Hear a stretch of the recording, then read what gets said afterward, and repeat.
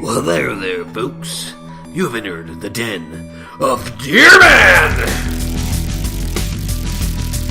Alright, everybody, we're just gonna get right into it today. Welcome to the 5th chapter of Deerman, titled In the Den of Deercorn.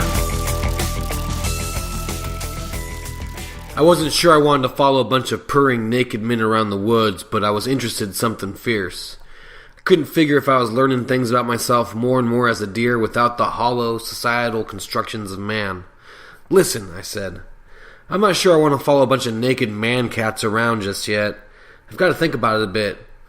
Hold on, Dr. Balagnanon's voice said. I don't know at all what the fuck you just said. Take this. One of the man-cats came up to me slowly and nervously, just like a stupid fucking cat would. He headbutted my hand before he gave me what looked like a shock collar. Look, I said, I might be a deer, man, but I just had sex with a four-legged animal for the first time in my life, and I'm not sure I know how I feel about it. I'm unpacking a lot of stuff right now, and this collar thing seems to be upping the ante just a bit. Oh, shut up, you nincompoop. I can't even understand a word you're saying. Deer tongues are a lot less floppy than human tongues, and for good reason.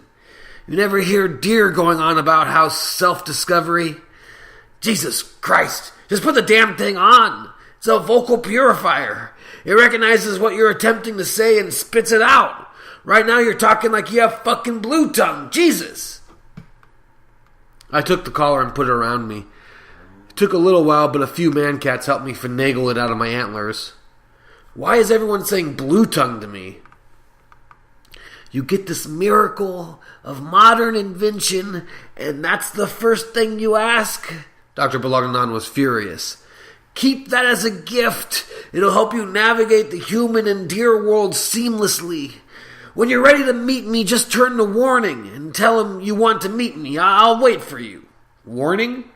One of the man-cat's ears perked up at the word. He rose out of his stupor and sidled around my leg. Warning's going to follow you around. Think of him as a personal assistant. You need help, you'll get help. If anything happens to Warning, I'll kill you. What? You heard me. When you're ready to meet me, you know what to do. Does Warning have a translation collar? I asked. What would be the point? All cats say are meow. You know what that translates to in English? Meow. Good luck. All of the man-cats disappeared in the woods except for Warning, who was snuggling at my back hose. Let's go, you stupid piece of trash. I kicked Warning pretty hard in his belly. Meouch! Cats are useless. Most cultures don't even bother with them. They have no evolutionary benefit to human beings except that they can't be around pregnant ladies. That's one reason for a cat-owning couple to start a family. You can safely, and without guilt, pass that count along to some snot-nosed kid. I read once that cats just see human beings as big, dumbass cats who happen to have food. You have to wonder if cats were so smart, why they hung out with a big dumbass who always had food. We're smart enough to obtain food, but stupid enough to give it away to something that thinks we're stupid anyways. Meow! Oh, shut up, I said and started walking. I'll go see Balagnanon soon enough. I just want to acclimate a little more to the deer world. Something rustled in the distance. There was a cave beneath the highway. It wasn't a naturally occurring cave because it wasn't made out of rocks and earth. It was made out of beer cans, cardboard, and dismantled shopping carts. Must be some big dumb idiot with food, I said to Warning, trying in earnest to connect with him. Warning looked at me like I was retarded. I'm the one that killed this fucking body I'm in right now, so maybe he's right. Another deer poked its head out of the cave. Hey bro, come here dude, check it out! I stood up on my hind legs and pointed at myself while turning around. Who, me? No, bro, that naked retard Furno hanging around your legs. Of course you! I got back down on all fours and ran for the cave. What's up? I asked. Got the jackpot down here, bro. Looks like some stinky-ass Furno is hoarding up the good deer corn for himself and his dog. We just gotta knock the dog out and grab the bags, bro, and we'll be able to get fucking stone toasted for days. Might even score some sweet whitetail with this shit, bro. Who's the Furno? Furno? Humans, you idiot. They don't have no fur. Furno. So we call them under the highway. You a country deer or what? He kind of got in my face and started inspecting me real hard, looking me up and down. You look pretty fucked up, bro. All sewn up and shit. Ain't no city deer doctor do that for you. They just let you rot on the side of the road for some furnos to make sure you become part of the asphalt. Some tough shit out here. We got tick removal if we have the deer corn to pay for it, bro. Shit's tough out here. You country deer got it good. You don't know anything about me, I said. I was defensive on instinct. I didn't know shit about country deer or city deer or anything else. All I knew is that when somebody was trying to educate me on their way of life, I felt attacked. Furno or not, I was offended. Walk it back, Country Mac. You from another country or something? Your accent is weird, bro. That's some ching chong chang shit. They have racism in the deer world too, it turns out. Who's this idiot Furno? You into freaky shit, man? This is Warning. He just follows me around. And you? Who are you? Just call me Deerman. That's what everyone calls me back in China. China? What the fuck? I took you for California with that dumbass way you talk. I'm Zeviath Palmarova. That's what all the gangsters call me. The does call me Skeezy Zeviath Palmarova, if you know what I mean. He kind of nudged me and winked and did all that kind of stuff people do when they tell a joke. That's easy to get if you know what there is to get, but I didn't get it. I just did my patented fake laugh. Must be simpler out there in China, Zeviath Palmarova said. Let's get this fucking corn. Warning and I followed Zeviath into the cave. Just in front of the green deer corn dispenser was a dog, on guard, but sleeping. Knock his ass out, bitch, Zeviath said to me. I tensed up my arms and slapped my hoof into the dog's head. Woof! It stuck its tail between its legs and scurried off. I don't think that dog was guarding shit, I said. Warning nuzzled at my hind leg. Better safe than sorry. They make dog food out of us, bro, Zeviath said.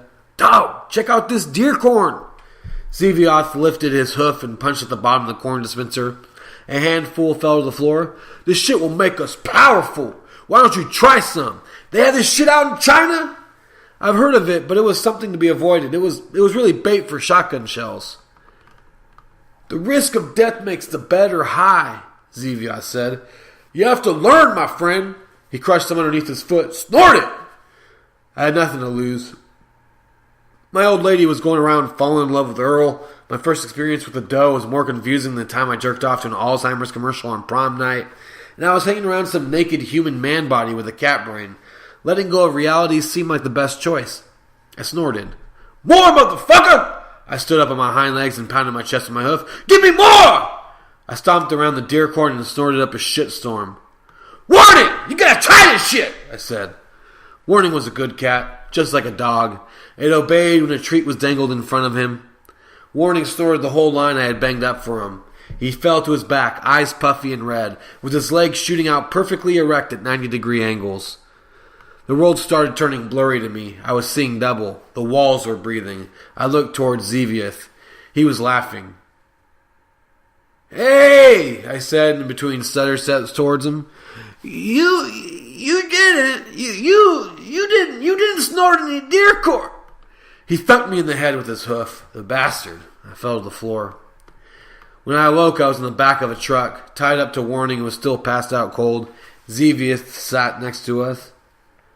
Sorry I had to go this way, Zeviath said as he examined the dried blood from my head on his hoof.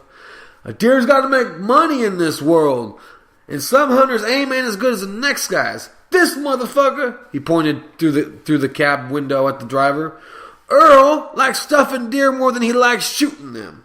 Says some folks will buy a trophy just to pretend they killed a deer. Zeviath wasn't lying.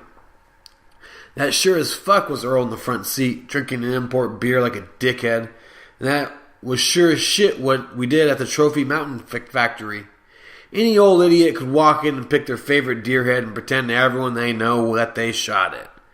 They paid a little more on principle, but we sold to pussies just as often as we sold to assholes. Sometimes we even kept a few deer alive just so some cross-eyed wannabe could shoot a deer on sight. Being trapped in this body was poetic justice. Just like when an avid roast beef sandwich eater suddenly becomes roast beef. Like in that book where all the meat factory workers keep falling into the meat grinders. I was a hamburger meat in the form of a man brain stuck in a deer body. I was a metaphorical hamburger man. I am Deerman. I tried to use this monologue as an opportunity to free myself from the rope that tied me to a naked dude, but hooves are inferior, not untying devices when compared to fingers. Warning awoke and looked at me, scared to death. He gave a very unconvincing meow. I wriggled in the rope some to give him a hint about what he should be focusing on. "I've got a bit of a lump in my throat, friend," Warning said. "I fear that I have been lying to you all along. I fear that I have been lying to Dr. Bolognanon as well. He who has treated me so fairly and in kindness fed me kibble on demand." Warning started to cry. "For the truth is, sirs, I am not a man-cat at all. I am merely a man who enjoys being a cat. A man with a man-brain." I wanted to knock his teeth out, but I couldn't on account of my hooves being tied to his feet. "You have fingers, man. Untie us!" I tried to whisper to the man-cat, who was now just a man. But seeing as how my front hooves were tied to his feet, I was just whispering into his butthole. He laughed as I spoke. I couldn't figure out if he was more useless as a cat or as a man. Zevioth looked at us both confused. "Y'all in some kind of weird cult, bruh?" We hit a speed bump. Speed bumps are more popular in neighborhoods that make more money, are more white, and that hang up signs that say, "Drive like your kids live here." I know people who hate their kids, folks, and I generally drive like they would if they knew their kids were playing with a ball nearby. Zevioth flew out of his seat and slid to the back of the truck bed, his antlers severing the part of the rope that chained Warning and me. Warning was sobbing. "What can I do to redeem myself?" "Use your fingers to untie yourself and me." "But of course! Cat life is much simpler life, my good man. You should try it sometime." "I'm a fucking deer, man." Righto, chap!" Warning started untying himself. He stood up when he was done. Zevioth was regaining his balance, but Warning, in all his naked glory, grabbed one antler and flipped Zevioth right off the truck. "You haven't seen the last of..." But before he could finish his sentence, we heard a splatter.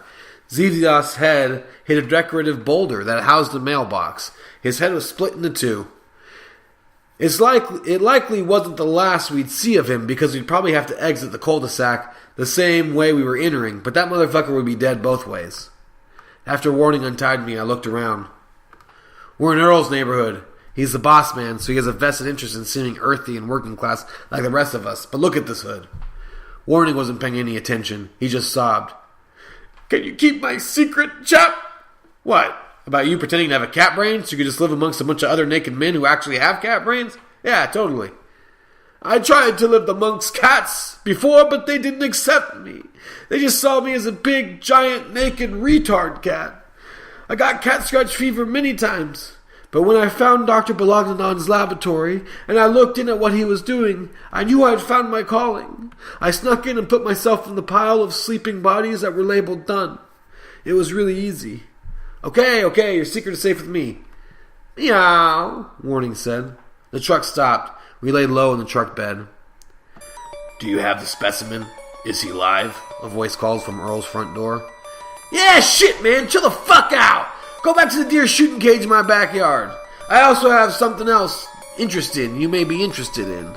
"Oh yeah, what's that?" "A man who meows." "Ooh, that'll be fun to kill." Thank you so much for listening to Deerman. I'm Andrew Hilbert. You can support Deerman by going to patreon.com/ahilbert. Donate $1, donate $2, donate $3. Just help support the project. It's been real fun. I've been having a blast doing it. If you are uncomfortable doing a monthly donation to Patreon, I get it. I understand. I ain't mad at you. You can go to our Amazon links. Just click on something on our website that takes you to Amazon. And you can buy whatever you want. It doesn't add anything to the cost of your total purchase. It just gives me a sweet, sweet kickback. Thanks so much for listening. DeermanBegins.com is the central hub to get all the information for Deerman. The cover artist this month, was Solar Broccoli. That was his Twitter handle. He's also my cousin. Fine young man, that one. The music you hear behind me, Grassy Knoll. Thanks so much for making the music. It's perfect. Thanks again for listening. I'm Andrew Hilbert. This is Deerman. DeermanBegins.com. Click on our links. We'll get a sweet kickback. Thank you, and we'll see you next time.